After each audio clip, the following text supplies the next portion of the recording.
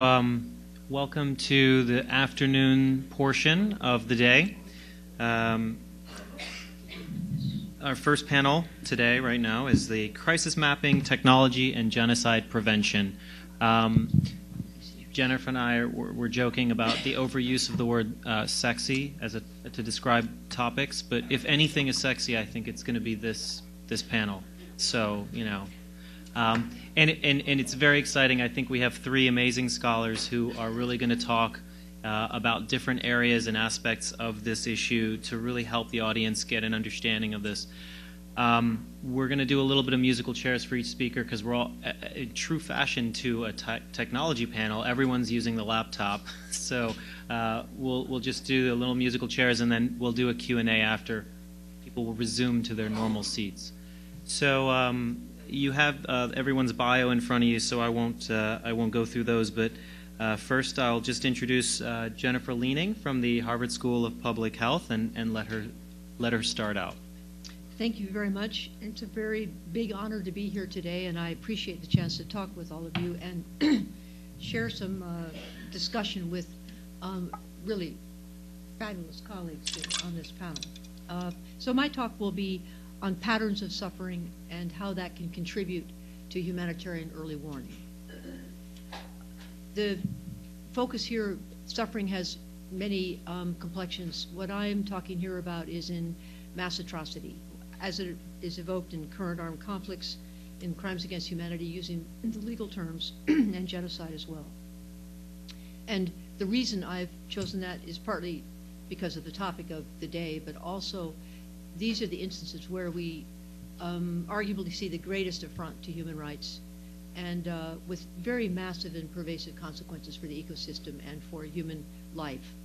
And then finally, we are postulated that these are actually preventable processes. So the way in which we're talking about patterns here is to go from data to patterns, and then from patterns to understanding, and then from understanding to policy. And I hope to unpack that progression in the course of the talk. Patterns. This is a fast summary of a vastly interesting topic. Generally speaking, human beings best understand situations when they can see them visually, when they are presented in a way where you can see the adjacencies, you can see the relationships. It allows you to interrogate the apparent perceived relationships and ask more questions. So I'm not talking about a static photograph of a graph. I'm talking about data that may well be a graph, and that it makes you think, well, why is this related to that? What was the timing involved here? And then you re-interrogate the data based on your seeing it laid out at one time in one place. So it is both an aid to understanding current data, and it is a prod to further questioning and getting deeper into the fact picture. So we do this in an iterative way, and it's how we understand the world. This is essentially, cognition. The search for patterns in mass atrocities is essential in that these events, these processes, have antecedents. They move into higher levels of intensity and concentration and infliction of harm. They degrade in certain ways that are responsive to outside intervention or internal contextual forces. And mass atrocities, fortunately, are not everywhere all the time. They are departures from baseline. So if we have an understanding of certain baseline conditions in any society, and then we begin to see inflections, say as in hate speech or populations beginning to move into more segregated communal settings, there are indicators that there is something hot going on in this society. And that's where you begin to see these shifts. The policy community, but certainly the research community, goes there and looks much more intensely. This is in the line of what we might call the sort of early warning, but it's really having an intense understanding of what colleagues yesterday at the conference leading up to this event today were talking about an atrocity lens. You see things through the lens of an atrocity. What is different going on here? Where is this heading? So you're always in a slightly paranoid stance, not personally paranoid, but aware that the world can unravel, and this is what we're talking about. So you look for sentinel events and indicators, and then trends and patterns. This is what, so you get a pattern, and then you start seeing trends. So this permits anticipatory thinking and policy formulation, we believe. This is essentially a mode of understanding that's used in epidemiology and public health, but it's increasingly used throughout the social sciences. So I'm going to go quickly through just to give you a sense of where this field evolved and how interesting it is and how multidisciplinary it is. And so just give you the ways in which we understood a situation because the data were displayed in patterns. So one is the cholera epidemic in London in the 1850s, famine behavior over centuries. I'm talking about population strategies in the Holocaust, and a data from a study of refugees in Chad about what happened to their households in Darfur in 2004 and 2005. John Snow, famous in public health, began to count the deaths from a cholera epidemic in this particular part of London. He found that there was within that part where there had been anecdotal sets of indicators of high death rates, he began to put them down first in number, just tallying them.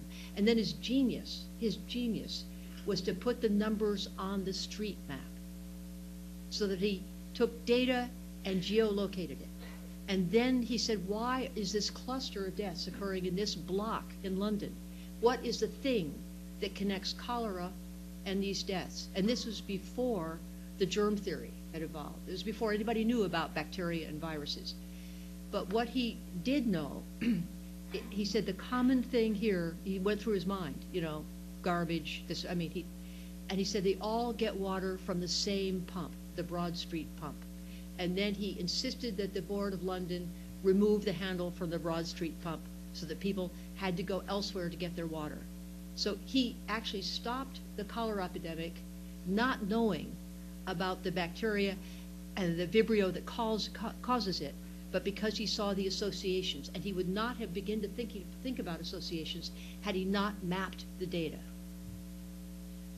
This is not a map, but it's a list, and it's a refined understanding from Sorokin, who's one of the most amazing 20th century sociologists, who studied, as the title of his big book is, Man and Society in Calamity. He was omnivorous in what he looked at. And this is a distillation of his findings about human behavior in famine. And if you look at the top, here it says cannibalism in non-cannibalistic societies under the stress of famine. What is the incidence of observed cannibalism when they are subjected to the stress of famine? And he basically said it is very, very, very low. So this then has something to say to those of us who are doing studies of famine. And we're finding out what are the coping strategies of populations in famine. His point is that cannibalism hardly ever arises in famine-afflicted societies unless there had been a background subterranean current about it. It does arise in certain settings, but this is sort of the distillation of his historical research that creates a sense of pattern, and this is how historians work. This doesn't usually happen, but it belongs in mass atrocity understanding. This is familiar, I think, to some of you who are students of the Holocaust. This is from Raoul Hilberg's book, The Destruction of the European Jews. And as you know, he was focusing on how things happened, the machinery, the process. And the first step is essentially you define the stigmatized population. Then you expropriate their wealth. Then you concentrate them in high-density areas. And then they're set up for mobile killing operations, for deportation, and then for more centralized mass killing. That was the process he identified in the Holocaust. He didn't generalize from it. But you see this in absolute step fashion or in basically very familiar patterns of this process in virtually every genocide we have been tracking since. So his table here shows basically the general populations of Warsaw and Lodz, and then the ghetto population and the concentration, areas of square miles, the number of rooms that were available, and the persons per room. And it's just a fabulous proof of what he then later determined to be a pathway and a process. This is the depiction of what happens to black African tribes in Darfur when they were attacked by the Arab Janjaweed, the loss of life, the pillage of household wealth, and the secondment or death of their animals, which are their major source of wealth. And so what you see here is what people had at the start and then what disappeared when they were asked about in the refugee camp. In other words, what they had at the start would be in black and what was disappeared was in gray.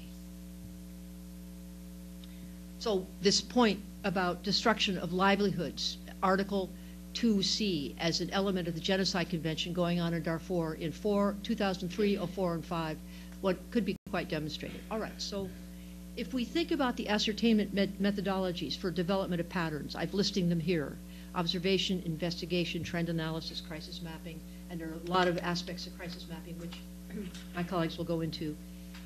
What we're basically looking at is patterns of movement and behavior in relationship to the environment, and that includes land use, settlement, and dynamics of crowd movement that would speak about dynamics of violations of rights. Observation. This is a photograph I took in 2004, start of the rainy season. If you look at this carefully and talk about it, you will realize this is a very water-stressed, land-stressed terrain. No wood, and it's already overpopulated. Longer discussion here, but it tells you that over the hill, which is about 5 miles away, is the border with Darfur, same land. So the fundamental aspects of what was going on in the conflict in Darfur, certainly it had a very highly communally tinged edge, but the fundamental fight was over political power and land and water. This is how people escaped. Over the hill there are these women escaping. You could see how hard it would be to live in this desert terrain, how easy to get to them. So this is observation. Janjaweed on horseback could find these women, 3 of them laden by children, quite easily. You investigate, complex process. You ask people to draw maps about what happened when the Janjaweed came to their place. Drawing maps is an excellent way to get people to tell you more detail. They think better when they are drawing a map. This is the first sort of explosion of using maps and the process of assaulting these villages in Sudan. This was prepared by the Humanitarian Information Unit. The Holocaust Museum then picked this up, and this was the start of much of our thinking about what can we really do to present to the world and also to analyze what's going on. So here's some escalation scenarios I would like to talk to you about. In Bosnia, you basically had in the siege of Sarajevo, there would be spot-on killings of people that are out for wood or fire, for water. People were terrified. The UN would negotiate with the Serbs. Days where people could get out of Sarajevo, they poured out, all right? This is ethnic cleansing. Kosovo, that house has a mortar shell in the middle of it. It was blown to pieces. And this is what happened in Kosovo, terrified the population, targeted attacks. Then there began to be sinister things that were occurring where they were rounding up the Kosovo men. All right, this is in the fall of 1998, 3 short years after Srebrenica, okay? This triggered an alarm, and people fled, all right? This is where they went. Patterns of where the killing occurred and related to the war were done by good colleagues of mine working with WHO, national survey. This data is very dense, but you just get a sense that there are questions and answers here out of the data when displayed in this way. So what I am suggesting is that there are patterns and expressions of human suffering that we can see and observe. They can be framed as escalation scenarios in mass atrocity, and that we can develop a pattern of a library of patterns that will present potentially robust indications of what is going on in a given situation. And what we need to do now is to have an expansion of our tools and knowledge from many disciplines, feeding into the rich data that I have said is there in the written record and in the contemporary record that we're gathering from a number of different means, and then leverage these new technologies that are going to be discussed in much more competent ways than I would here. Leverage these new technologies in order for us to produce some powerful analytics, some powerful ways of explaining and framing what's going on to those who are in positions of formulating a policy and perhaps taking early action. Thank you. Thank you so much, Jennifer. I think that was an amazing explanation of the importance of visual patterns and the use of visual patterns in our understanding and cognition, and seeing information through what was called an atrocity lens, and being able to really process that information in a way that humans understand information and that patterns to get to those escalation scenarios. That was very helpful. Thank you. So next we'll have Colette Mazzucelli.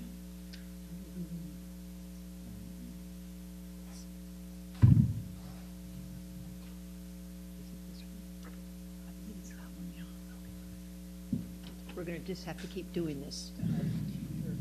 That's great. Colette, here's your name tag. That's fine. Musical chairs. Musical chairs, and I think they. That's fine, Zach. We'll play.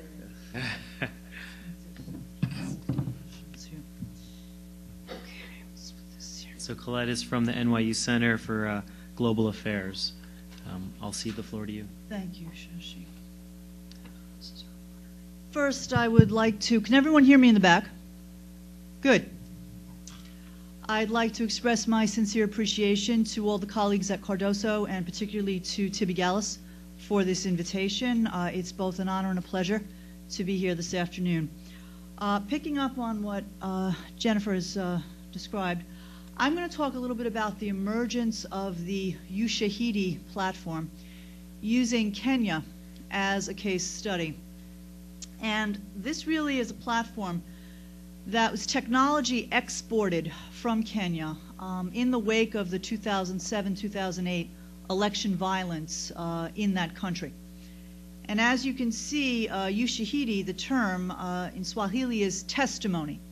And that's a very, very important understanding that we glean from the development and the progressive applications of this particular platform. It was really developed over a few days to track reports of violence following the 2008 elections in Kenya. And what that visual shows you is actually the platform as it was developed, and you see there, filter by category, all of the different categories listed: riots, deaths, property loss, government forces, looting, etc.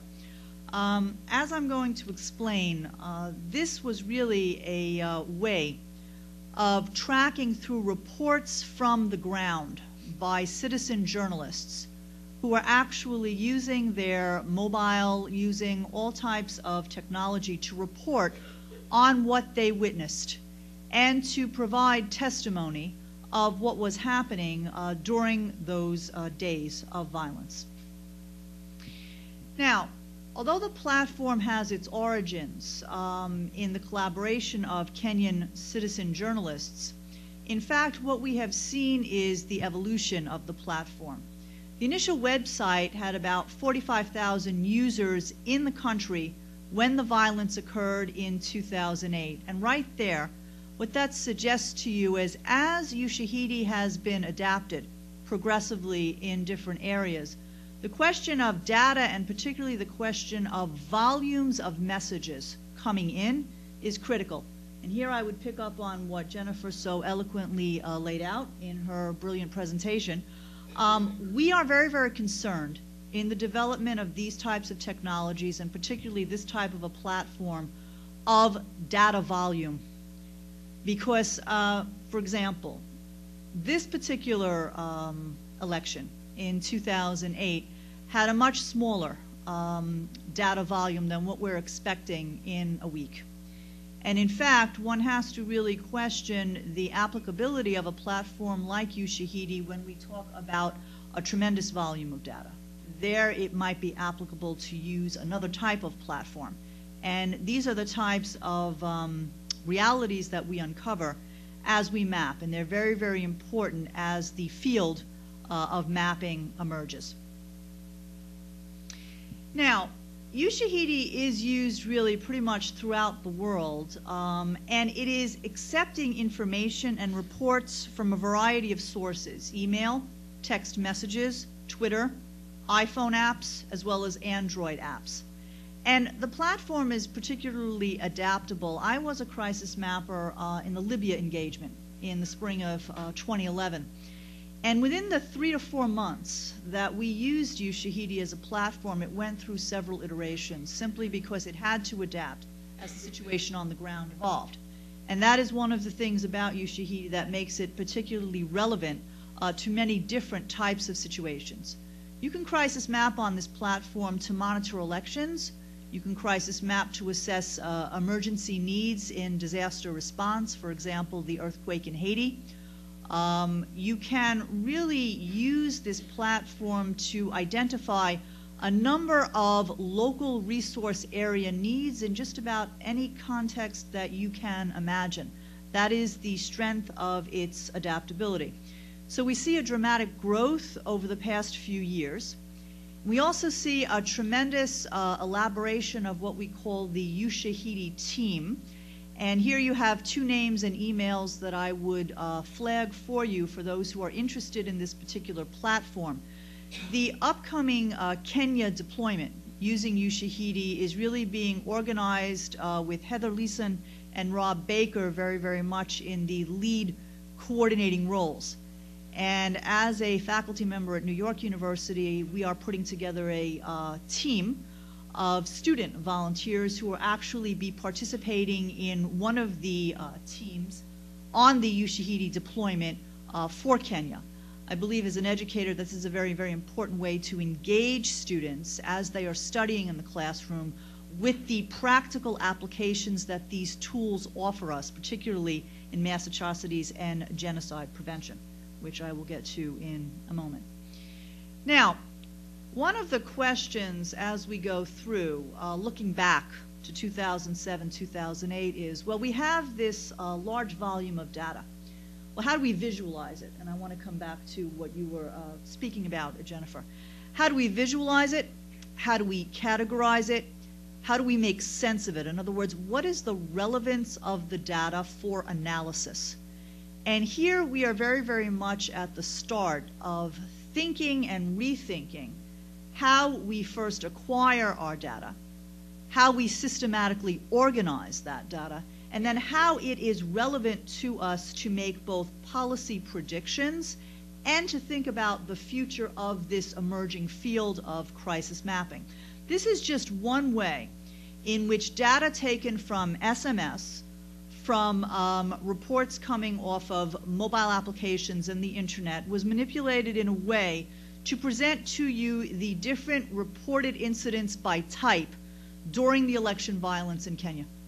And as you can see, you can chart this with a technology application known as DevInfo, and these graphs were put together by a colleague of mine, John Toner, of the Community Systems Foundation, to illustrate graphically and in maps the type of incidents that occurred, tracking them also chronologically. So if we work through, we have the geolocation that you mentioned, the areas, and then we also have the chronological systematic development.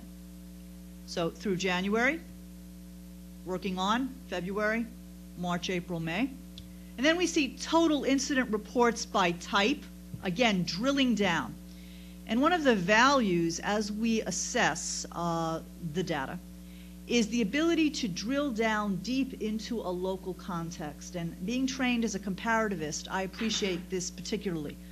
Context is king in understanding the realities of election monitoring and violence on the ground. Therefore, it is very, very important for us as we systematically analyze this data to be able to drill down as deeply as possible into the local realities. And that is something that we're looking to do increasingly as we collect and analyze this data. And here you see total number of reported riots over that given period of time during that election violence. So I just wanted to show you some of these graphs to give you a sense of what is possible and what we have yet to discover as being possible. We really are only at the very beginning of beginning to think about data visualization. And that is really key as this field emerges. Now, I also wanted to talk a little bit about why mapping is so critical in election monitoring, and why Kenya in terms of the choice of a case study. Well, it's quite interesting. I mean, it's not only that Ushahidi really was exported from Kenya. It's that, as Naomi mentioned this morning, Kenya has a very, very long history of violence and of atrocities, of impunity. And therefore, it's very, very important for us to be thinking about not only the present and the future, but our historical past and the weight of the historical past. Mapping has, as it emerges, a responsibility also to be cognizant of its relevance to understand the historical context, to think about the narratives that have been constructed and the narratives that will be constructed as we move ahead. The interesting thing about mass atrocities and genocide, especially when we try to deconstruct prevention, is that a narrative in the face of a genocide, we can think of what Zerubbabel terms in the literature in his analysis in time maps of the staccato narrative, the narrative that breaks. Basically, if you think about the Holocaust, if you think about Germany at the end of the Second World War, you had a complete break with that genocide. The Germans had to restart. They had to recreate a history post-45. And the whole experience of integration on the continent in Europe was about Germany and the need to reintegrate Germany into that larger context. That staccato narrative broke the history of Germany so that it creates a federal republic in response to the centralization under National Socialism. When we think about mapping in the context of genocide, we have to think about how mapping is a tool. Mapping is a methodology, a practice to address these staccato narratives, these narratives that really break with history, that require us to frame and to reframe our understanding of a particular local context. And we work from the local context from the bottom up. So we can have and do have a global conversation about mass atrocities and genocide prevention. We can think about, as our illustrious panelists this morning talked about, the regional groupings. But then we also have to think about the connection and the reciprocal relationships between the local narratives that have emerged, that are emerging, our global conversation, and then tie that plurality of thinking in the global conversation back to the local, back to those community leaders at the local level who are the linchpin of the crisis mapping community. And I stress that, I can't stress it enough. The local community leaders, whether it's in Kenya, whether it's in Haiti, wherever it is, they are the linchpin of the mapping community. Without them, we are missing that vital link. Without them, we don't have that vital information from the ground, from the field, that we must need to understand the local context. And that is where mapping as a tool is particularly relevant. It is a linchpin. It links the local to the national, to, importantly, the global. Okay, understood. The data that we collect is important in the construction of narratives. It's also important as we think about the policy decisions that are made and the legal judgments that are rendered. And here we have to think about all of those areas where we see a process going on with the ICC, where there is a need to address, from the victim's point of view, their experiences, to recognize their experiences, to honor their experiences, and to use mapping as a way of making it possible to recognize their experiences.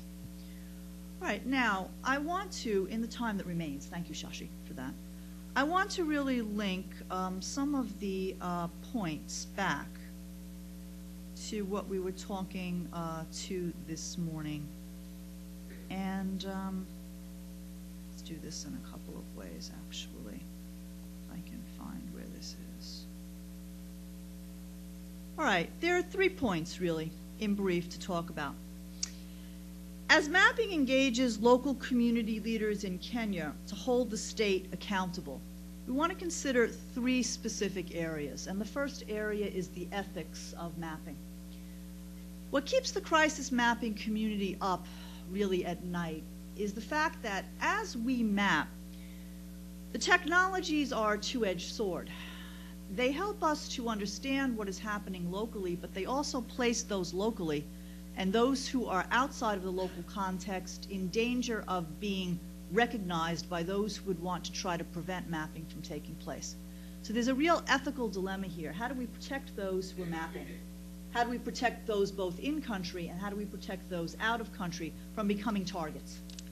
And this is something that we really have to be thinking about over and over again as we develop different ways of mapping, as we assess the relevance and the robustness of different technologies. Second, after ethics, the data.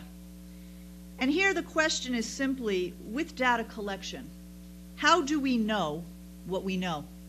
In other words, how do we verify this data?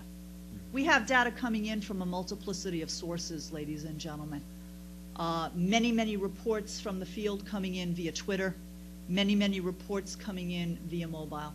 There are those who would like to mislead us. There are those who would like to misuse the ways in which mapping is meant to assist in these local areas. Therefore, we have to ask the question of what is the appropriate platform to use, and then as the volume of data comes in, what are the appropriate verification methods? We have those in the field. We have the potential for different platforms and the use of triangulation of various sources off of different platforms. We have satellite imagery analysis. Each of these things has to be brought together as we think about triangulation, as we think about verification. And here I would bring to your attention the valuable work of my colleague Guy LaRufa at Northwestern University, who used the Ushahidi platform to monitor in December 2011 the elections in the Democratic Republic of Congo. Outstanding work being done there. The third point, when we relate a global conversation in community about mass atrocities and genocide prevention to a heightened need for local awareness in context, we have to think about, as Francis Deng underlines, sovereignty as responsibility. We have to think about what Edward Luck talked about as the individual responsibility in the responsibility to protect. The crisis mapping community is focused on that level one image of Waltz, the individual's vocation, the individual's purpose as part of the crisis mapping community. We have, as a vocation, as a community of mappers, to dispel myths as we construct narratives. So there is a myth, for example, that local community leaders are somewhat helpless in the face of the events that indeed overtake them. Well, what we find more and more is that these technologies are being used to train locally, local community leaders so that they adapt a platform like Ushahidi to their local Kenyan needs. And the importance of this is to dispel the myths that the locals do not have their own unique role to play, which is why these technologies increasingly are adapting themselves to very local basic contexts. So again, it's working from the grassroots up. There are historical tensions to confront that we know. There are impunity gaps to overcome, particularly in those areas where the society has long been dominated by the state, where the footprint of the state is heavy. In that respect, mapping is a tool, a process, a methodology to create a public space where previously the state was too dominant. Mapping actually is allowing us to carve out a space more and more, a public space, where society and the members of society hold the state accountable. And it is that accountability vocation that we stress very much. To close, I would like to say that the community of crisis mappers, as a number of us are experiencing it, is emerging as a transnational advocacy network. It is bringing the needs in mass atrocities and genocide prevention to light. It is advocating for those needs, and it is looking beyond the killing fields to the social field, as Romeo Dallaire talked about this morning, as we deconstruct prevention. Our vocation as educators, as members of NGOs, as mapping evolves, is to reflect on its development as a manifestation of Lemkin's more expansive definition of genocide. Mapping is a tool to construct narratives from the ground up in a reciprocal connection, local to global, back to local. Mapping, therefore, contributes, in a sense, to the method of constructive management of diversity. And I believe it is that constructive management of diversity that is at once our greatest challenge and our greatest opportunity looking ahead. Thank you very much for your attention. Thank you, Colette. That was there was a lot of really amazing concepts sort of packed in there. I wish we visually could kind of lay it out and kind of. So, you know, it was really good to hear a kind of an example of the Ushahidi platform and what it's been used for, and this concept as mapping as an ability to develop a narrative as part of that narrative that can be broken, but then also can be built back up through the mapping data and information. And the really interesting questions about ethics, data validation, sovereignty, very, very fascinating, and we're going to get back to those with some questions that I have. And so without going further with Colette, we'll move forward to Zach, who is a philanthropy engineer with Palantir Technologies, and this is going to be really amazing. He's going to give us an actual visual demonstration. So I'll cede the floor to Zach. Thank you. So I am Zach Romanow. I'm a philanthropy engineer at Palantir, as Shashi said. Palantir is a software company. We develop software, which you're seeing right now, to help customers across a variety of mission sets make sense of disparate data to help them solve some of the world's most challenging problems. So obviously, atrocity prevention, humanitarian crisis response, these are some of the world's hardest problems. So in these spaces, what this means is providing the tools necessary so that practitioners and folks like many of you all can better understand what's happening, using information flowing out of areas where atrocities are occurring or might occur, and allowing us to maintain better situational awareness about what's happening and better position ourselves to respond to events on the ground as they unfold. So right now I'd like to talk a little bit about what technology can and cannot do to help us in these spaces. I think we hear a lot these days about, at least I do, we hear a lot about making sense of big data and things like that. We talk too much about the capabilities that technology can offer and the amount of data that's out there, and we don't talk enough about the need for technology platforms to be not just powerful but also flexible and also built with the user in mind. So when I say that technology needs to be flexible, what I mean is that especially in conflict zones and in the real world in general, actually, data is often dirty. It rarely shows up in spreadsheets with numbers that we can add up to understand what's going on. We don't always have geolocations, geocoordinates.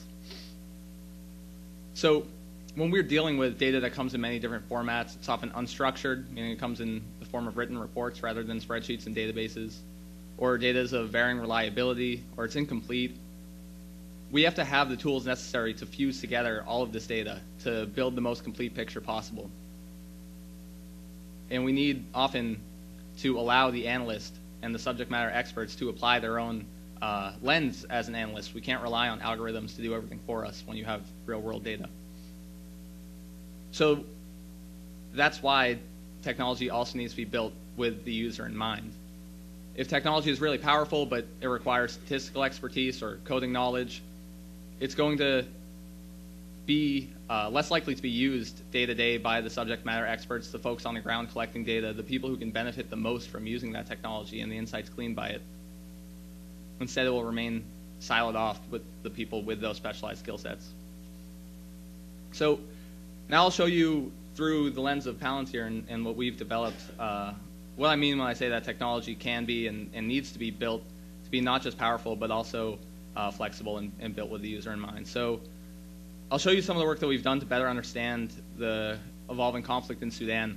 And for those of you who don't know, Sudan has been in a state of relatively continuous civil war since at least 2003, with rebels in the western states of Darfur battling against the central government in Khartoum. And the president of Sudan, Omar al-Bashir, in the capital of Khartoum, has the distinction of being the first sitting head of state to be wanted by the ICC for war crimes, for crimes against humanity committed in Darfur. And although a ceasefire was signed in early 2010, fighting continued, and after South Sudan seceded in 2011, fighting broke out as well in areas of South Kordofan and Blue Nile in the disputed Abyei region on the border. So what we've done in Palantir is we've fused together multiple data sets, including the Sudanese Armed Forces bombings that you're seeing here, which come from structured data sets from academics and other open source conflict data sets available online. Everything you'll see here is open source data. So we've fused that together with geospatial data, including databases of the villages and settlements and displaced persons camps in Sudan. And we've brought in unstructured data from a variety of sources, including news media, reports from NGOs and nonprofits, and from UN reports. And the UN Office for the Coordination of Humanitarian Affairs in particular puts out weekly bulletins that are a real wealth of information related to where fighting is occurring, where refugees are flowing, where aid is being provided, and where aid is needed.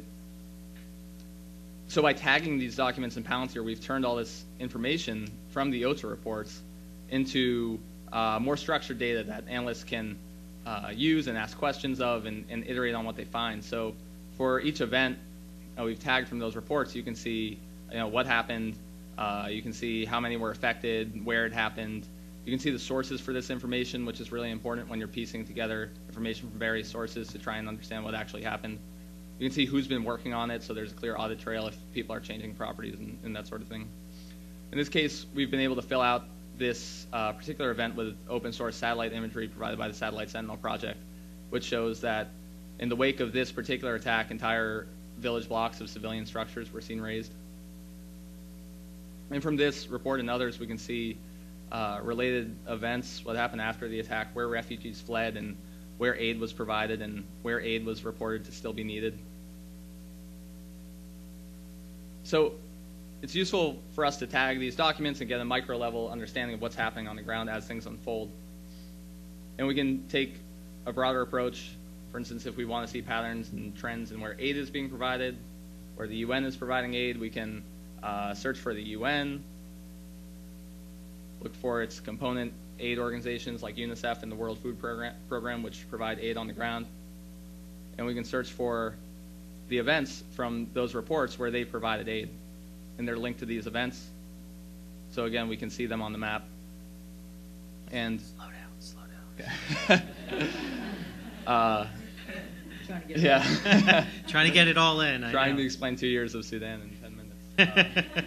So, we can see different types of aid being provided. Also, we can drill into specifically where food aid is being provided or where medicine is being provided, et cetera. We can see, all sorts of properties on these events, and we can see them alongside the other information culled from the OTA reports and our other sources. So we can see where refugees are flowing.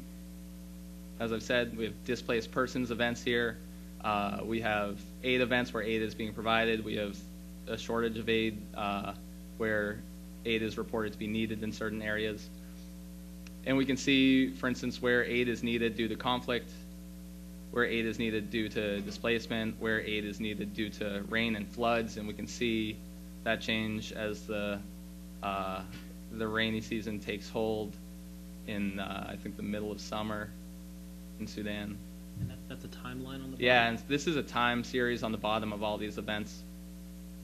And this is what we call the histogram on the right, which lets us drill into various properties on all these events. But say that you can filter on the timeline, because I'm not sure people saw Yeah, that. exactly. So this is me filtering on the timeline going from October 2011 to the middle of summer 2012, and For rain. yeah, and so these are rain-based or need for aid that's specifically caused by rain and floods. So in the fall of or the winter of 2011, there's pretty much nothing, and in the rainy season in 2012,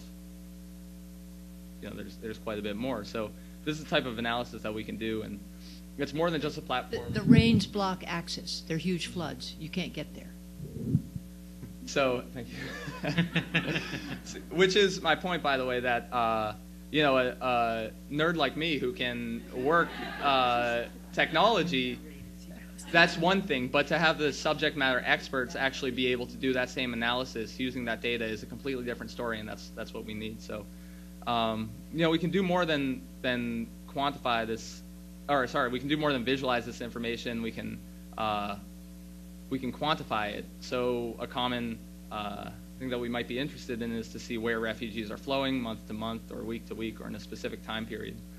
So we can drill into displaced person movement events. We can look specifically for where displaced persons are reported to be arriving. And we can look specifically for where refugees are arriving, as opposed to returnees who are refugees who have been able to return home. So we have these events where refugees are arriving in specific localities. We can derive a count of refugees arriving in each locality for this time period, because it's the whole thing, by taking these events and summing up the population of displaced persons arriving for each event in each district. And then we can color districts based on this property. We can sort to see which localities have the most refugees arriving. For each one, we can see more detail about exactly how many refugees have arrived. We can search within those localities for events or displaced persons camps, etc. And again, we can overlay this information with all that other info we have. So if we want to know where food insecurity is, we drill into where there's a reported need for food aid. And we can see specifically where that food aid is needed due to conflict and displacement. It makes it easy to iterate on this sort of analysis and for instance, see that South Kordofan is not just a hotspot for displacement, but it's also a hotspot for food insecurity based on that displacement as reported by the UN. And this is an area where 80% of families are surviving on 1 meal a day or less, extreme levels of food insecurity, and where the government of Sudan fighting the rebels here has been accused of using starvation as a weapon of war against civilians. So, we know it's happening, we hear it's happening, but to have the data tell a story is not always something that's easy to do in a place like Sudan, where communications are very limited, where international access is very limited. So, I hope this gets you thinking about the ways in which this can be applied to build a more complete picture by fusing together the data that we do have. And on the topic of flexibility, in Sudan last summer when protests began, the largest protests in the capital of Khartoum that have occurred in years, we were able to pivot and recognize a situation that could have very easily become Assyria with a government in Sudan that has at least been accused of atrocities against civilians. So we were able to monitor those protests using news media in Palantir every day, bringing in those protest reports and monitoring them and the crackdowns that were associated with them, and monitoring that in real time. So real quick before I sign off, I just want to show you some other work that we've done with a think tank in DC, a small think tank called the Center for Advanced Defense Studies. They've been using Palantir to identify enablers of atrocities. This is a very different use case than what you just saw. What they've done is looked for, in this case, what you'll see is ships smuggling charcoal out of Somalia. The charcoal trade is actually banned in Somalia because it's used to fund al-Shabaab, the al-Qaeda-linked terrorist group there. So what they've done is they've started with ships identified by the UN as smuggling charcoal. These are anonymized, but this ship, the MV Walden, was identified as smuggling charcoal illegally. And the UN identified their owner. In this case, it's called Said Shipping, that owns and operates the MV Walden as well as several other ships. Using Palantir to join together open source data, including these UN reports, but also including corporate databases. This is a shell company based in the United Arab Emirates. They've looked for companies related to this one based, in this case, on a phone number match, a company that was registered to the same phone number. In other cases, they've used address matches or ownership information. They've traced the company that operates the MV Walden to another shell company that operates out of Great Britain and the United Arab Emirates. They looked, again, using open source databases for the ownership of that company. There was one British national who stood out for actually being a director of several legitimate British companies as well. Among the other companies he directed was an insurance subsidiary, which is linked through its ownership to a Netherlands-based insurance company that also ensures the MV Walden. So they're working on untangling these rat's nests. This is just the tip of the iceberg, to try and identify the organizations and even individual financial interests in these companies, to identify folks who might be knowingly or unknowingly, for that matter, enabling atrocities. They're doing similar work looking for arms shipments into Syria, tracing them through shell companies to identify folks in Russia and the Ukraine who might be tied to the governments there. So super interesting stuff, you know, two very different use cases. I apologize for moving quickly. I could do this for hours if any of y'all are interested. I look forward to your questions. Great.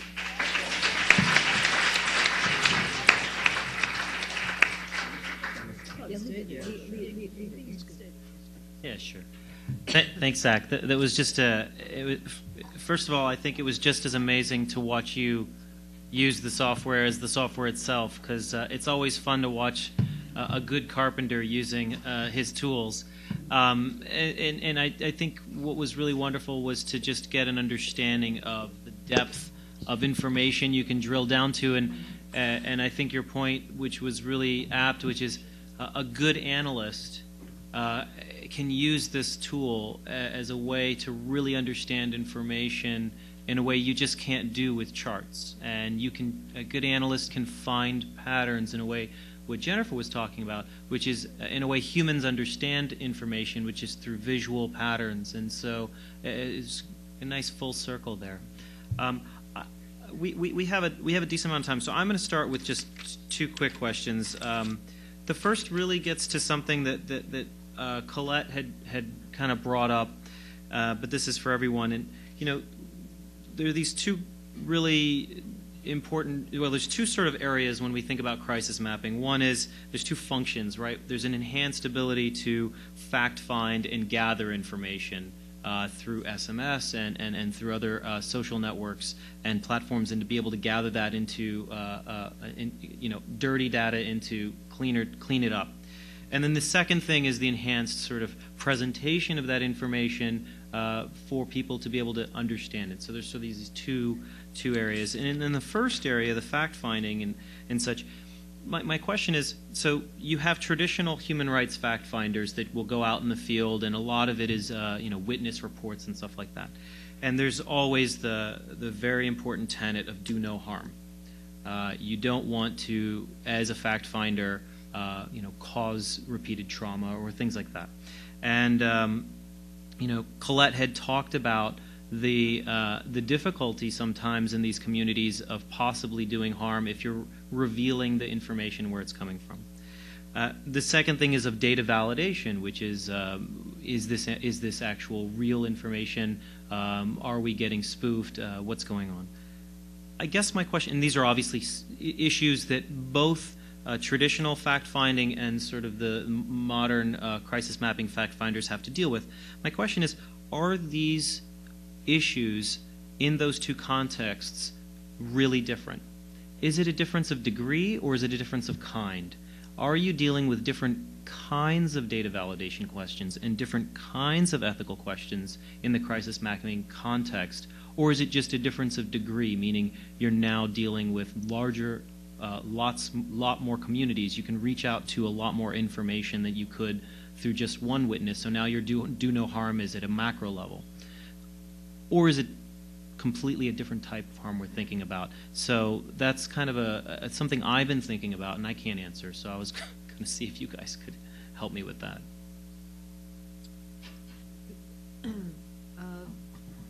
I think it's a really good question. At least it's making me think somewhat differently than I had. The visual that comes to mind when I'm trying to answer that is it's a Venn diagram. That is the technology issues, the newer technologies, and the traditional modes of fact-finding with a tremendous amount of overlap. And then because,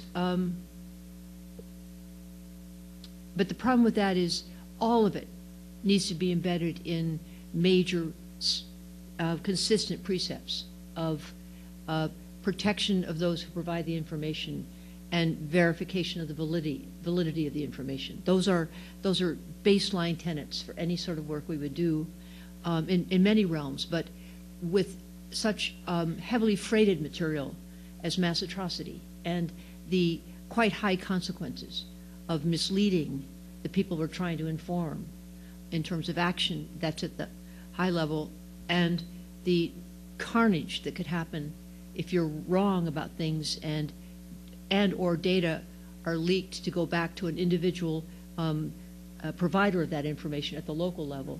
The stakes are very high. So one other point I would make, though, is that traditional fact-finding is turning out to have two big arenas. One is the legally based witness inquiry that goes into the virtual framework of a deposition, where there's a tremendous amount of documentation and proof and belabored time with interviews. I don't mean to say it's useless, but it takes a long time. Mm-hmm. And the person has to be very willing to talk, and you have a lot of safety and time to have that kind of interaction. And then the more epidemiologic human rights investigation, which is what I'm aware of and have worked on mainly, which is sample surveys, and then you have people that agree to talk to you in a sampling frame, so it's more generalizable. And it's turning out that for the ICC, because of the great difficulty of getting these witness-based depositions, they are beginning actually to determine their judgments on mass atrocities based on patterns that come from the sort of work that is more, I'm not saying more empirical, but is more quantitatively based. And the issues don't go away when you do cluster sampling or more probabilistic random sampling, in the sense that you have to be very careful about the validity and the protection. And one thing I would just like to add to this, and then I'll stop answering this very good question, is a heuristic that I have recognized, and when I frame it to people who do investigations of various kinds, they actually agree, that if you ask somebody who's telling you a story, a narrative, and you say, can you just help me by draw a map of it? Where were you at 11 o'clock when you said this happened to you? And what was around you? I mean, you said that you looked at your watch and you saw what time it was. Was there light there? And could you just explain to me then what happened when the other guy came and what direction he came from? And as they start drawing and saying, then this happened, more information spills out. They get more detailed, more rigorous, and just the process of being asked to put it in time and space, because they see me start the thing and then I know what I'm talking about, you get a much better explanation. And what I found is that if people, usually men are better at this than women in the societies where I've done this work. It's just, it's a gender-neutral comment. And there are a lot of reasons for this, but that I think. But a man who cannot draw this map, or it comes out sort of in a rudimentary and scattered way, there are usually one of two things going on, and they could be combined. The person is still in shock and is not cognitively capable, or he is dissembling. And either way, he's not a reliable witness. And in terms of the analysis and the use of those data points, in my work, they get discounted, counted in certain ways, but discounted in terms of what they're really telling us. Thank you. Any of you want to comment? Well, I think just to follow up on the excellent analysis, I think, Shashi, where it's perhaps a question of degree rather than difference, is when you link those particularly local community leaders who are engaged on the ground. And, if we think about the phase of actual violence, and then we think beyond that, so to the future, to actually what was mentioned this morning, that we have a responsibility also to think about the future, the more peace-building phase. Well, if you have the capacity to target in one, shall we say, wave, many or most of the major leaders who are responsible, then your narrative is going to be abruptly cut short, because essentially that wave is going to be taken out of the picture. You think of the 2009 elections in Iran, for example, all of those citizen activists who were then targeted by the state. The more repressive the regime, obviously, the more of the authoritarian hold, the greater the danger and the greater this matters in terms of degree. That would be my first assessment in response to your question. Yeah, so I mean, I think that's a really, really good question. It cuts to the core of a lot of the problems that you don't just grapple with doing technological data analysis, but any sort of experiment where you're trying to figure out what's actually happening. And like social science is a great example. You don't always get honest answers when you go to Pakistan and you ask people, do you support the Taliban?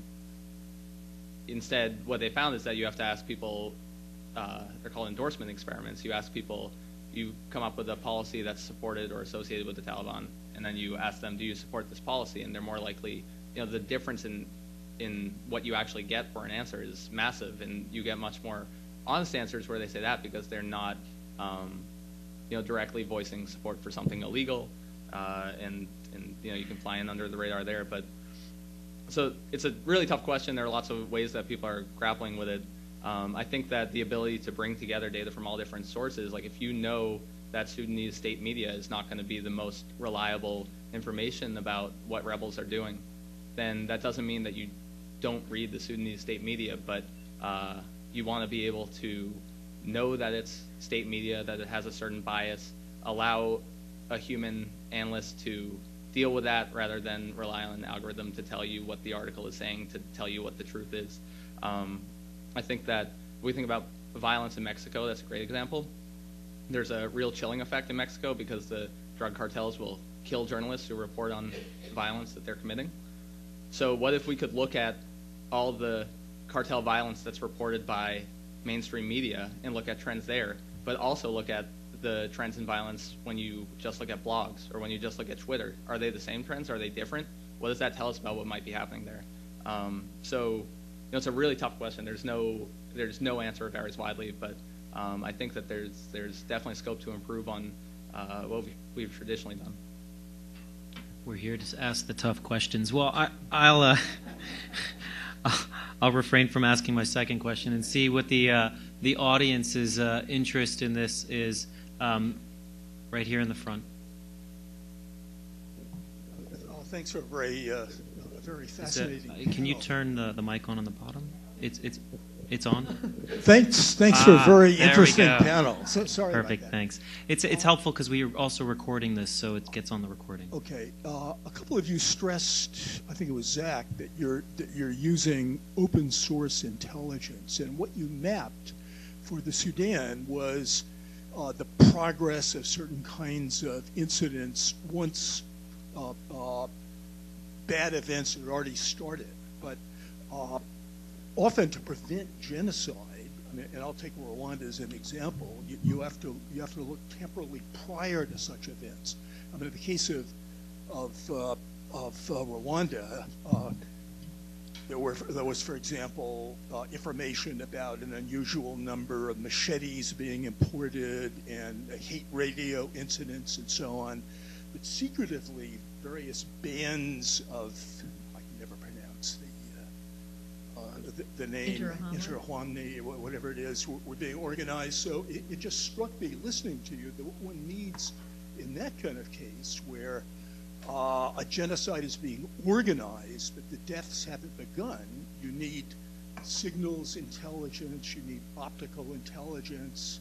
And this is not open source intelligence. It's something the U.S. government can cooperate in. It's something positive drones could be used for. And so I wonder what reaction you have to this, which would mean going back earlier and getting a very different kind of information, incidents of genocide. Yeah, I mean that's a great point. Obviously, the more data you can have, and especially if it's more reliable data that's classified. Fortunately, you can't use it for if you're not in a job where you have access to that information. So that's a downside. But hopefully, someone out there is using it, and it's not just marked classified and then shoved in the drawer forever. But certainly, as far as historical data, that's a great point too. And you can look at the more signal you have, So including historical and we were talking earlier about going back and trying to use some of the technology that we have now to see to see what indicators were present before things like Kosovo, or before Rwandan genocide, and say like, what do we, with the data that we have now prior to that event, could we, hypothetically, could we have used that to predict what would have happened? If so, can we use that now in similar situations as early warning indicators, or can we not? I don't think we really know. That's a great question. Just add one point. This is a very big debate in the not hostile debate. It's just a big quandary for crisis mappers and human rights investigators and people that are interested in early warning. That much of the information either comes from human rights investigators who do small samples, or there are satellites that are still held in the Office of War Crimes, or even deeper in DOD, and the merging this and coming up with some construct is likely to require more protected platforms that are not open source. But then if there were trusted people, somehow that's where the conundrum is. If there were people then who could actually give information out in the ways it needed to be given out based on that. A number of us are completely willing to surrender to some higher power, that aggregating an interpretive capacity, if it could be gathered with some of that very highly charged but valuable information that's classified. The real issue is the mistrust about the United States. Who could hold it? Is the UN at the moment able to do that? So this is there's a very strong recognition that what you're describing may well be needed. But I think what Zach is describing is that if we get patterns, then there will be open source information that will suggest to us that the classified things are already going on. Do you follow me? And that will be our way of signaling. Mm-hmm. Why don't we move to Mr. Borvins?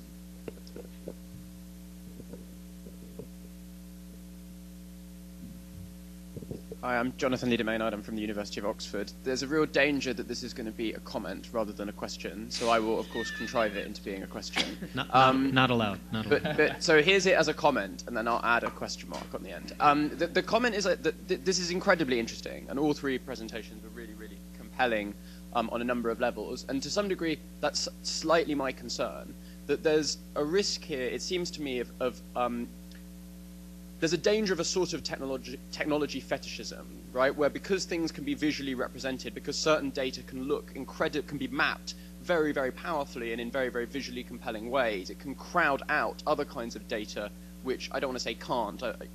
My hope is that as this gets more and more imaginative and more creative, we'll find ways to map newer and newer sorts of data. But my hunch is that there's always going to be certain sort of data that is actually very, very difficult to visually map or can't be rendered compelling in that way. I work a lot with discourse. I know there's a lot of ways that discourse can be mapped electronically, but there's also a lot of things about it that can't be, or certainly can't be at the moment. So my way of turning this into a question is to ask if you could comment a little bit more on what your views are, this is to sort of all three of you, on the limits of this technology. Where do you think what are the things that we don't map yet that you think we might be able to in the future, and what are the things that you think maybe we can't map that actually aren't amenable to this kind of visually powerful mapping?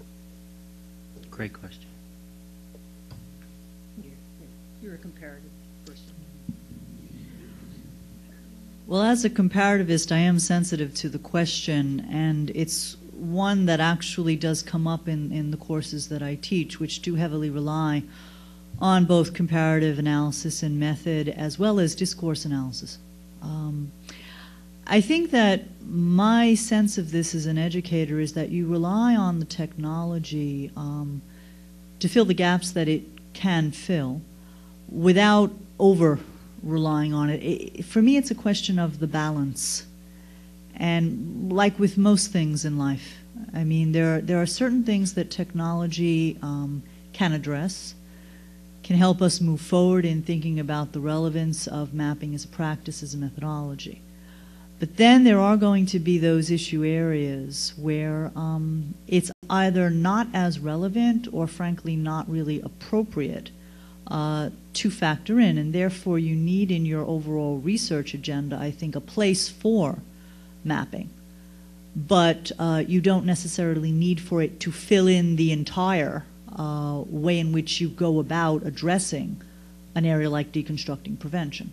So my response to you would be is, I see it as applicable in a number of very innovative ways, especially looking ahead. I think there's a lot of work to be done on mapping historical cases. I'm thinking of Taylor Owen, bombs over Cambodia, along those lines, definitely.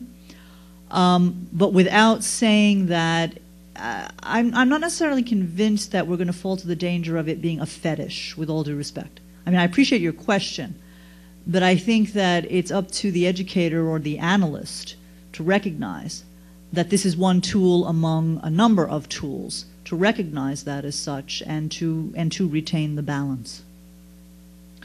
I'm just going to follow up on that real quick, because this actually ties into the question I was going to ask, so I might as well.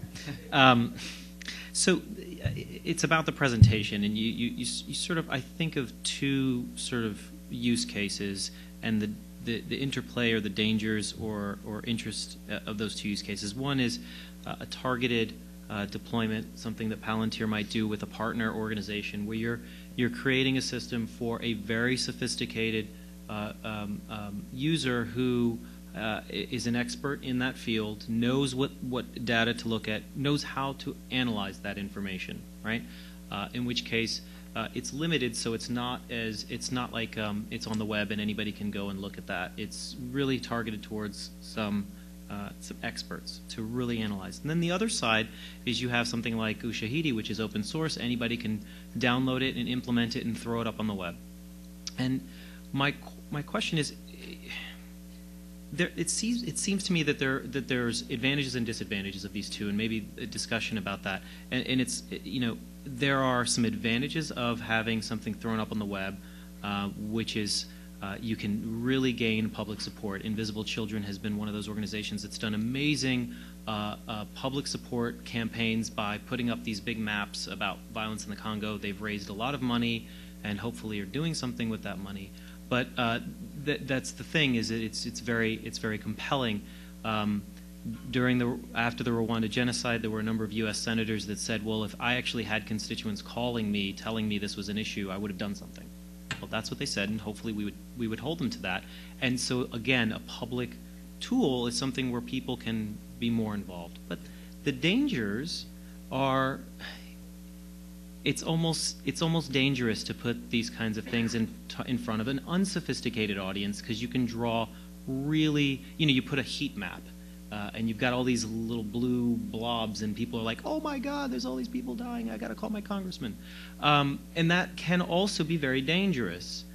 So what are the considerations about when you make something public? And also, Jennifer and I were talking about the human trafficking example.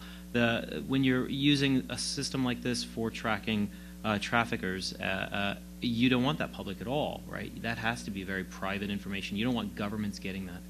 So what are the considerations about when something is sort of public and when it's not? What do you think about as people working on these technologies when you're considering those kind of questions? Yeah, so I'll answer that. It's actually, you made a couple of good examples. We, at Palantir on our philanthropy team, we actually support Invisible Children and their sister organization, The Resolve, with a lot of the analysis of those events that they track in real time from communities in Central Africa reporting LRA attacks. And that's a great example because they have this public-facing sort of get out the vote webpage that's fantastic, not powered by Palantir. And then they have people on the ground in Africa. They have their own analysts who are using Palantir for real analysis that has an impact on what they do on the ground and how we figure out how to help these communities. So it's not an either or, and that just happened to be a good example of that. Same thing with human trafficking, which we're also involved in, both from a philanthropic perspective outside of law enforcement and also in local law enforcement. And so there are different use cases, and you need things to be secure or shared with certain groups, but not certain groups depending on the use case. And so, again, to go back to what I was saying about flexibility, like there's technology, and I think you're absolutely right that there is a danger of seeing technology as a toy and building it so that it can do really cool things, but things that aren't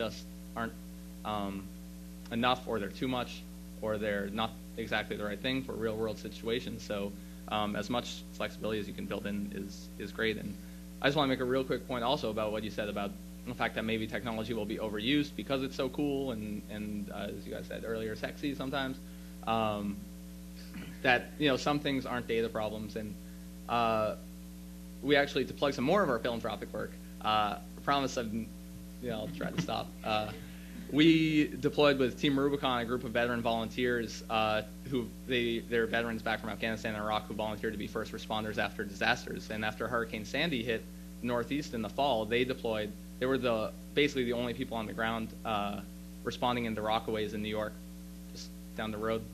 And disaster response is not really a data problem. What you need is big, strong guys who will go muck out basements and clear debris off the streets. And we had never worked in that area before, but a colleague and I showed up there a couple days after the hurricane hit to the warehouse in Brooklyn where Team Rubicon was staying. We had a couple laptops and a bag of mobile phones with Palantir loaded on it, and it's somewhere where you can help people. And so we wanted to see if we could help. And even though it didn't seem like a technology problem, and we honestly did not know when we showed up how we were going to help, we ended up figuring out that the work orders, the requests for help that they were getting flooded with, they needed to deal with those. They needed to know what tools they needed. They needed to know when they were dispatching teams every morning what tools they needed, where they should go, where are the 3 closest houses to each other that Team A should go, and where are the next 3 houses that are closest to each other that Team B should go. What information do they need when they go out there? Before, they were just handing around pieces of paper and things were getting lost, and you never knew if a house was fixed or if it wasn't fixed or if it was half fixed and people needed to go back the next day. You didn't know if people were going to be home that night or the next night or a week from now. So, I don't think that we're in a place where technology is overused right now. In fact, I think there's a lot of places where technology can help that we're not using it. It's just a matter of having the right technology. Could I just, these are both excellent questions, and they do overlap a lot.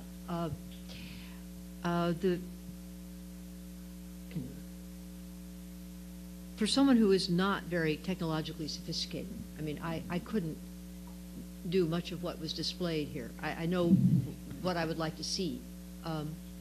I would say that the dream world for those of us who are trying to understand situations in distress would be for the historians, the social psychologists, the cultural experts, the people who've lived in the field and spoke the languages, to be sitting around, the human rights investigators like me coming back with sample surveys and interviews and hunches and some data, to be sitting around a platform that might not be as robust as Palantir's, but certainly we'd like to have Zach in the room with some capacity, and to say, okay, here's what we know, and he already prepared, comes with everything that he can find quickly in open sources. And then we can say, this is what else we're finding, this is a map of what happened here, this is something else, and it's a small room. I mean, it could have 30 people in it, but in any case, we're iteratively building a visual display of everything we know, and then there will be much that particularly the social psychologists, the cultural historians, and the people who are steeped in the language, there will be much that you can't map. It'll be what the deep connectors are to what we're finding. And that's where the richness of explanation comes up. But the cultural historians and the person with the language skills may not be spending time studying this particular event. And so what he comes in for, or she comes in for, is to say, this is how I would explain it. And then we are aimed to go back and see if we could get more information about it, or the answer's there. So it's when I used the word iterative, I didn't mean it was iterative just on the visuals and the numbers. It's iterative between and among minds and different ways of seeing the world. And that will be a diffusion rather than an explosion of our use of technology. So I'm going to try to go to this side of the room now, because we had a middle and a right question. So left, right over here. And we'll try to get at as many questions as we can, so if we can keep them brief. Do as I say, not as I do. I'll be very, very short. Hi, I'm Sapna with International Coalition for the Responsibility to Protect. And thanks to all of you for your amazing presentations. They're really inspiring and I'm energized just by listening to all of you. I wanted to ask a little bit about the link between your work and the policy community, and that's not just government and government officials, but also the UN agencies, and also NGOs. And if you could talk about how you're able to channel the data, the analysis that you do, to these decision makers and those who push decision makers. Thank you. Yeah, sure. I'll start on that, and I'll also try to be brief. Obviously, being able to partner with NGOs as we do. I'm on the philanthropy team. That's most of what we do is partner with nonprofits and groups like that who either they're connected to NGOs or ideally we'll partner directly with these different groups, whether it's international organizations, national organizations, government organizations. Obviously, the more all of these organizations are adopting technology and recognizing that these sorts of analysis need to be done and that they can be the home to that, that's great. So yeah, I mean, I think that's great, and it also it's a great way to share information between organizations, so that instead of if you're able to analyze 100 reports from UN OCHA, instead of sending a stack of 100 reports, you have visuals and numbers that you can send instead. Thank you for your question. In terms of the Libya deployment in spring of 2011, that was actually an activation of what we call the Standby Task Force of Crisis Mappers, of Volunteer Crisis Mappers through OCHA. So that was a direct request from the Office for Coordination of Humanitarian Affairs at the UN. And there were reports produced. Everything was done really at their request.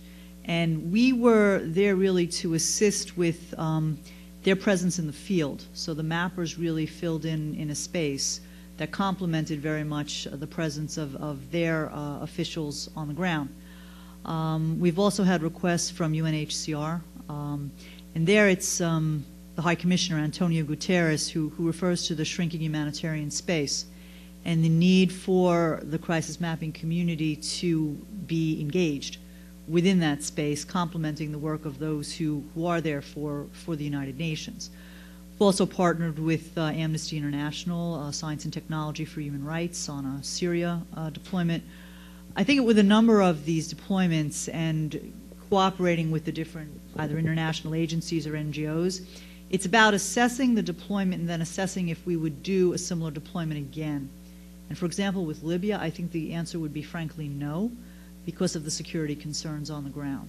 So I think that being requested as a standby task force of volunteer crisis mappers to be activated by a particular agency brings with it a certain policy responsibility to assess what is actually happening throughout the deployment, the adaptability of the platform, the way in which the team works. But then it's also the reports that are engendered, the analysis, and the evaluation for the future as to whether we would indeed undertake a similar type of engagement again. So we'll go with Deborah Mayerson here, then Dana Shashi, Luck there. I think there's one more comment from the panel. Oh. I was going to say that the human rights investigations I've been on have been primarily asked for from local branches of government or state government in the area that is under dispute, or have been asked for by the major international bodies, UN. ICRC never asks, but they are often interested in what we find. There are times, and the policy always is to come back, write a report, and go talk with the people who are the major policy leaders. So there's pretty tight linkage. There's often dispute, which I'm sure you've encountered as well, where they don't want to hear what you're finding. And that was definitely true in Rwanda and Afghanistan. And I just want to make one quick point because I don't think I emphasized it. That as far as I'm concerned, I think that's actually a really good question because as far as I'm concerned, there is a technological solution for helping all those organizations, and what's left is the political will and the the leadership needed to make that happen, and that's something that technology can't really help with. Not yet. So, Deborah Mayerson here, and then I was going to go to Dana Luck back there, and then right here in the front, and that'll be, if we have more time, we'll go back there. So, okay. Thank you, and thanks to the panel for a fascinating presentation. I wanted to speak to Jennifer's comment about the potential role of historical crisis mapping.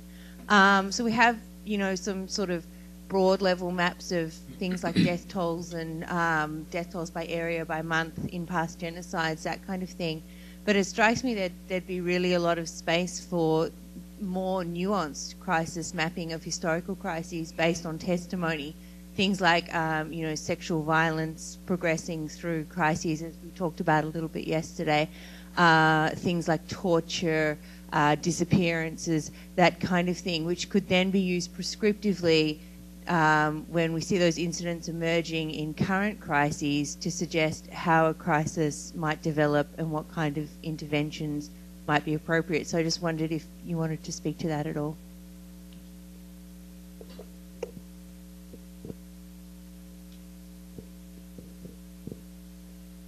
Anyone?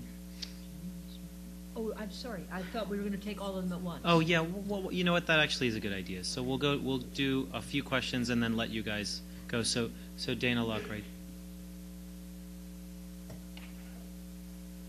Try to squeeze in as much as we can. Thank you.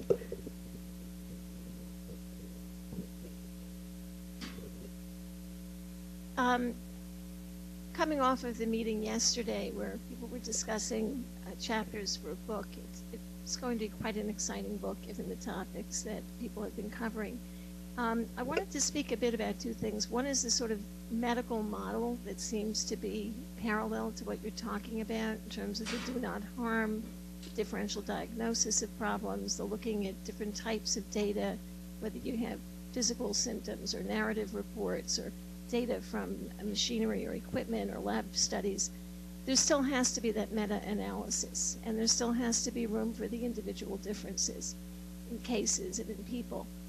And I'm Dana Luck from the University of San Diego working on the issue of the individual responsibility to protect, and I think this is incredibly important in terms of being able to give voices to those who often aren't seen and heard. But it also brings up the tremendous divide between those who have access to education and technology and those who don't, and what the standards of the community are going to be as more and more people have these tools and techniques.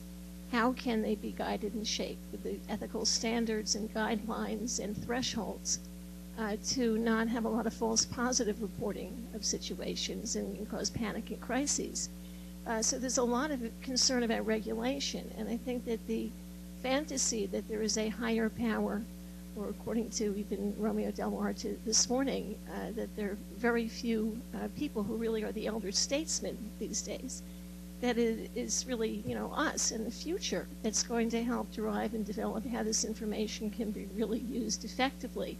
And I guess my question is, what kind of safeguards and standards are there being applied as the new applications are emerging? Good question. So we'll just go right here in the front. We'll go back there, yeah. So right here in the front. That's basically, I'm Barbara Wind of the Holocaust Council, Metro West. And my question is very much similar to the previous. I'm wondering if there is enough, there are enough analysts, and if technology is keeping up with analysis and verification, because it's a very scary world that we're looking at, given the value of propaganda, the prevalence, the growing prevalence of or availability of mobiles, and we know how many hate sites are already on the web. So that's the question. I think we're going to go back up there. Well, order of people who were interested. So, and then that'll be our last question. And I apologize, we're running out of time. And then we'll let you guys kind of answer all of that and do your closing at the same time.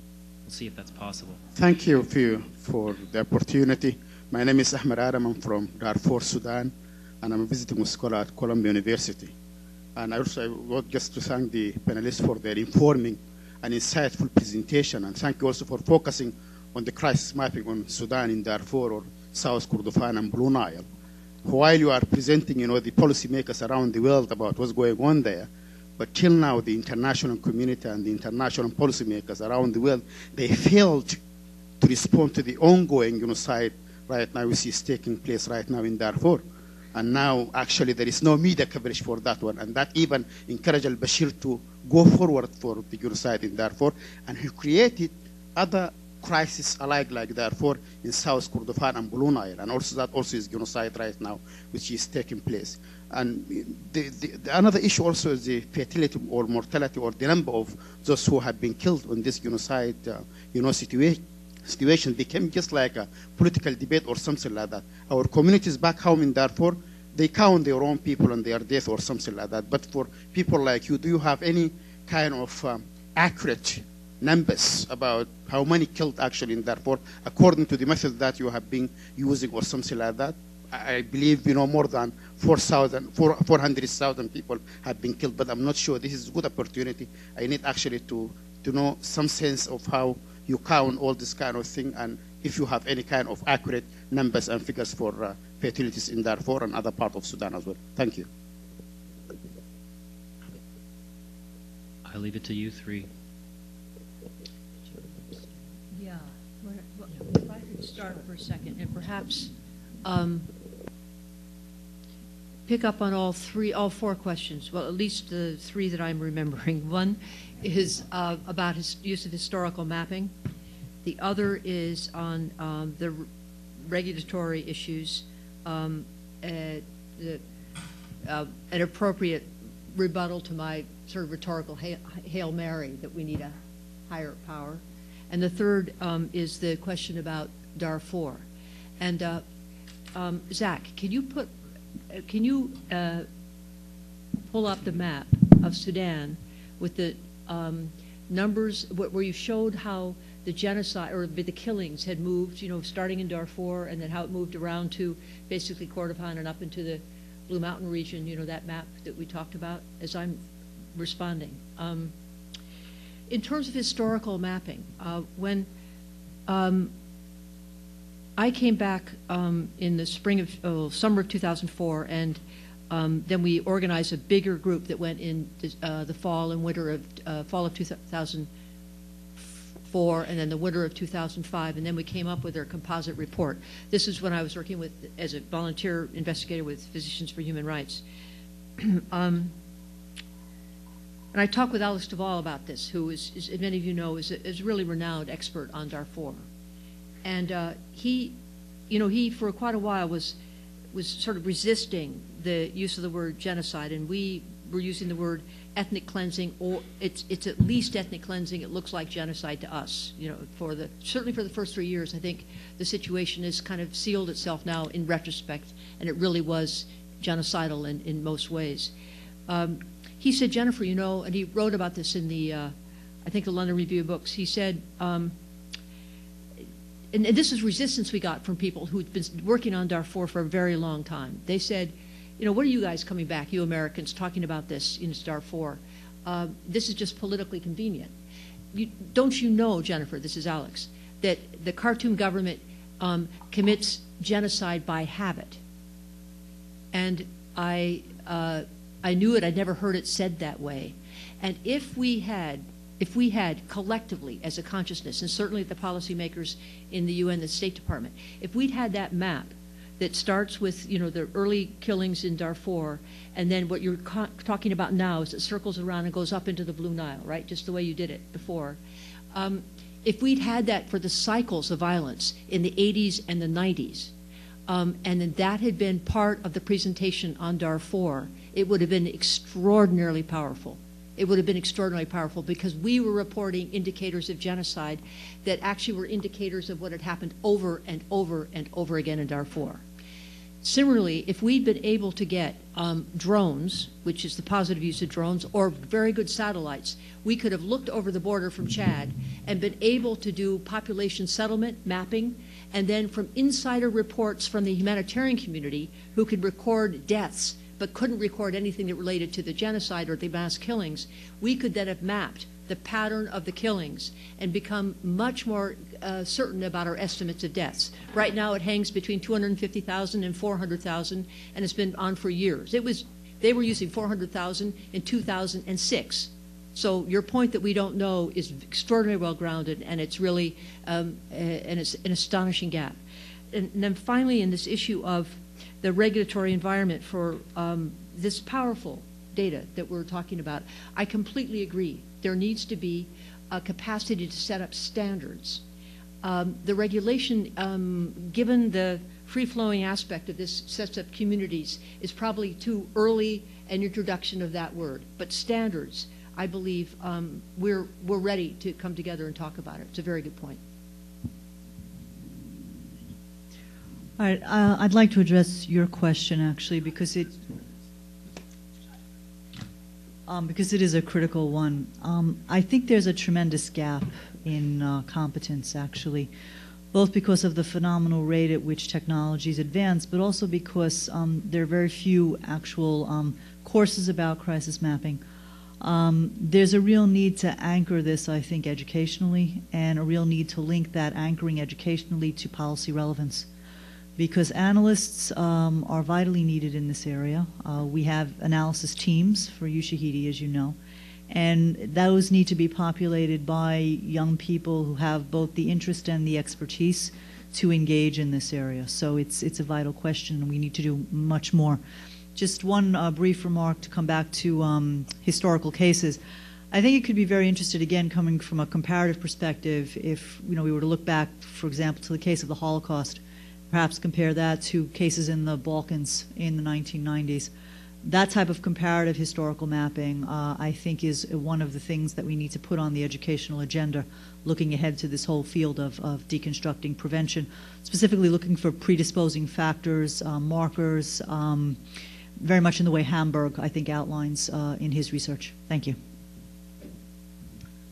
Yeah, I mean, I'll keep it short. I don't have too much to add. I think, yes, for historical use cases, it can be super useful to have this sort of information. For instance, going back and looking at, ICC type use cases to identify those even now who still haven't been prosecuted for atrocities in places like Guatemala, where the information is out there, but it just still hasn't been made sense of. And again, it's a similar point about Darfur. It's like, yeah, we have.